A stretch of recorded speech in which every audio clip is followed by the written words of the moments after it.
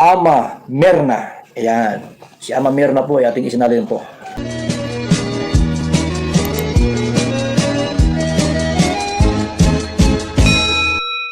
Ibang klase rin pala itong si Joy, ano? Si Joy Diwata.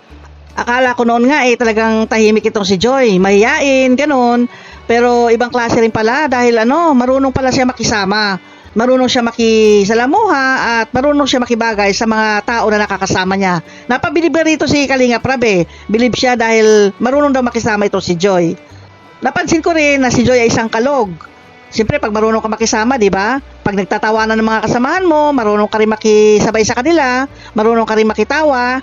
Kaya itong si Joy, nung ini-interview siya ni Ian Ramirez, shoutout nga pala kay Ian Ramirez, pakidalaw po yung kanyang channel, pakisuportahan po natin dahil sa kanya ko po kinuha ang video clip na ito. Itong aking tinatalakay tungkol kay Joy.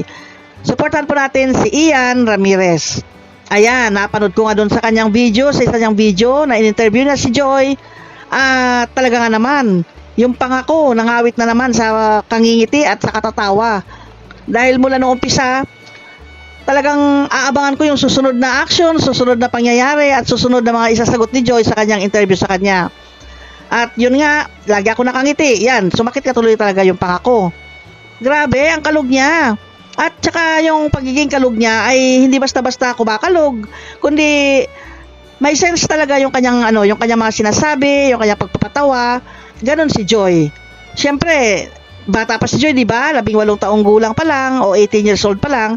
Kaya nandun pa rin yung kakulitan niya, pero ganon talaga yon. Dala lang ng kabataan yan. Pero kung isusuma mo yung kanyang pag-uugali, ay talaga may sense naman yung kanyang kakalugan, yung kanyang pagpapatawa. Biruin mo sa maikling panahon na pagsasama nila ni Erica, ni Dara, at saka ni Joy, yung tatlong yan, Three Angels, makita mo yung closeness talaga nila. Naging malapit na sila talaga sa isa't isa. Yun nga, nagkakasundo na nga sila, at parang nasa isang mundo lang yung kanilang kinagagalawan. Pare-pareho yung kanilang ugali na talagang kalog din talaga. Lumabas yung totoong pagkatao nilang tatlo, di ba? Yung Three Angels.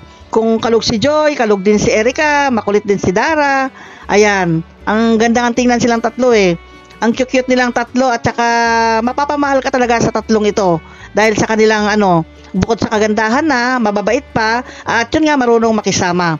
Dito ka sa interview ni Ian Ramirez kay Joy, panoorin po natin para malaman ninyo kung ano ba yung sinasabi kong kakalugan ni Joy. Kaya na yung mga kanina po yung ibabagrade natin si Joy Diwata. 7-11 po yan guys. Wala kasi ako nag-guide. So ito pa ang kanyang bag. Okay, ang unang sasalita. Saan galing itong bag mo muna? Saan mo nagaling? Yung 7-11 po daw, 7-11 baka naman. Grabe mo mga kanina, ang bag ni Joy ay limited edition na bag ng 7-11. Oh, So, 24 karat.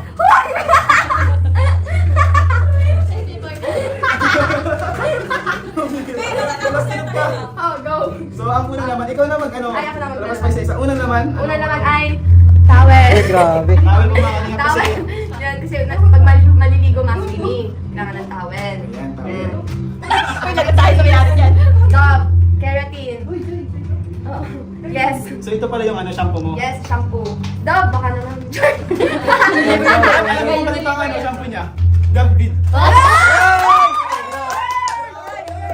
Grabe pa mga kanina. Hanggang sa shampoo, andyan si David din nakaalis. Hindi nakaalis. Next is lip tint para yes, parang Sample niya ng lip tint, sample. Ay, ito.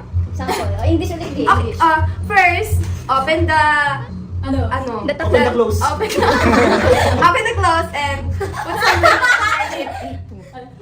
Ay, grabe. Uy, Ganon. grabe. Where is your lip tint came from? It came from English na Shopee. Shopee. Yes. Shopee. Ayun. Meron pa siyang varieties. May plastic akong dala kasi ang dami pagkain ko din sayang. Alam Ay, mo grabe. Para sa pagkain pala. Para sa pagkain to. Pero Guys. dinaubos ko na. Huwag kami. Mabalit ko sana siya kaso Yun lang guys. Yun lang po yung laman. Meron pa pala. Dami na hubit.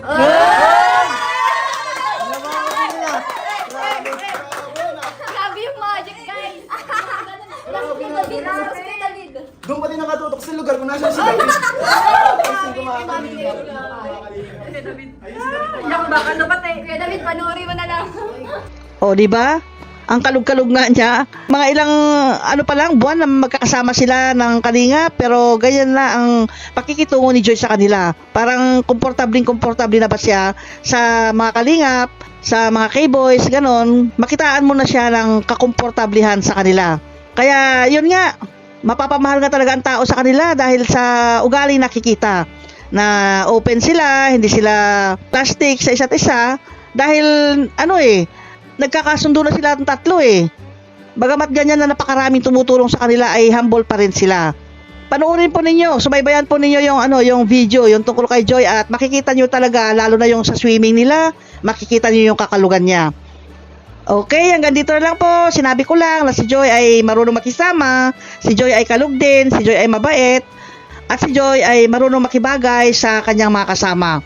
Hindi po siya suplada, hindi po siya mapagmataas, at humble pa rin siya kung sino man yung kanyang nakakasama, lalo na sa Kalingap at sa lahat ng kanyang nakakasalamuha. Salamat po muli sa inyong panonood. Hanggang sa muli. Bye-bye!